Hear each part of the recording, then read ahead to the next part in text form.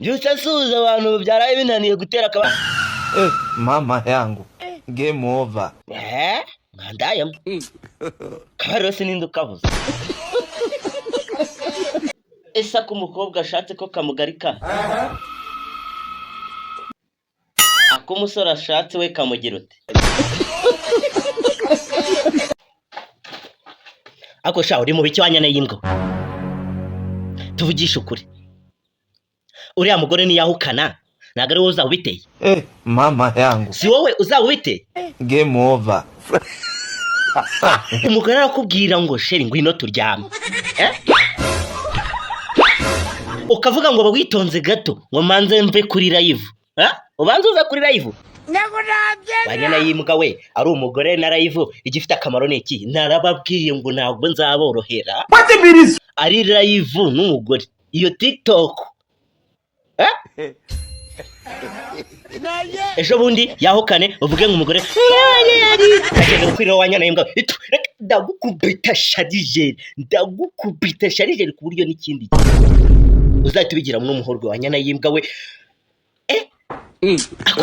Muratekereza cyangwa wanyana y'imbwa we ngure kubanza uva kuri live ukayivaho saa 10 ubona uri buze kurya akantu saa 10 nabwo ibitotsi bikwishe wanyana y'imbwa we.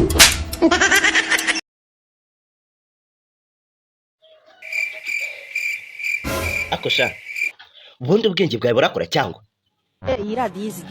abandi bana iyo ubona babyuka bajya akantu wowe ukabyuka upfumbase ifoto mu gitondo umva utekereza nishiri wanjye ndangoma kurera mpfumbase ifoto gahambira abandi bana babyuka uza kabiza abana babyutse barya wanyana y'imbwa ufite ubwenge upfumbase ifoto mu gitondo byutse ubabajwe yuko yihinahennye kuko wayiryamiye ntagasoni. Ndagukubita sharijeri narababwiye ngo sharijeri zabashiriraho ndagukubita sharijeri ku buryo uzahita ubigira umuhurwe n'undi munsi wanyana y'imbwa washatse umugore ukareka kujya wirirwe upfumbase ifoto. Ntabwo undi mwana byutse arya akantu. Ndagukubita sharijeri wanyana y'imbwa we uhita ubigira umuhurwe ku buryo urarusanye umugore. Umva nkubwiza ukuri witonze kugenda ni uyu munsi ni umunsi wo kubeshya. Tamaye uramenye none kugeza uyu munota kugeza izi saha nta muntu urabeshya. Tuvugisha ukuri wanyana y'imbwa. Mama yangu. Ni gute Game over. Kugeza n'uyu munota nta muntu urabeshya kandi wasanga utaranabimenya.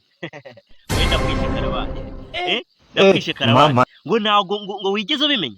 Ugiye kugira urwitwazo ngo ntago ufite ibintu byo kubeshya. Wanyana y'imbwa kuba wafata umukobwa ukamubwira ati uyu munsi ndagusohokana byakunaniye byari kukunanira byibuza wenda wasanga byari no kukurisha akantu mana ugende ukamubwira ati tegure igihe agiye muri dushe ukahita umwinjirana ngo reka ngufashe koga ntabwo ari kwita urya akantu warangiza umaze kukarya ukahita umubwira ngo ni umunsi wo kubeshya byari kubyihangana n'akantu wakariye ndakwisha. Icyo si cyambere nta bindi wari kubeshya uhita utekereza neza nimba nta kindi kintu umva kubeshya ahubwo inyana y'imbwa mbisire iba yirirwa kuri umva uyu munsi ntago nazanyeshe ndagukubita ngumi ya ngumi.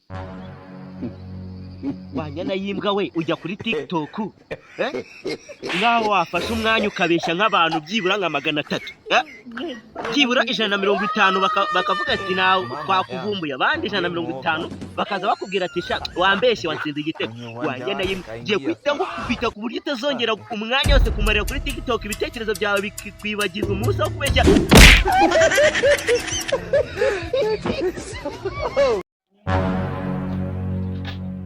Akomani mwagiye mungabanyaho umurengwe.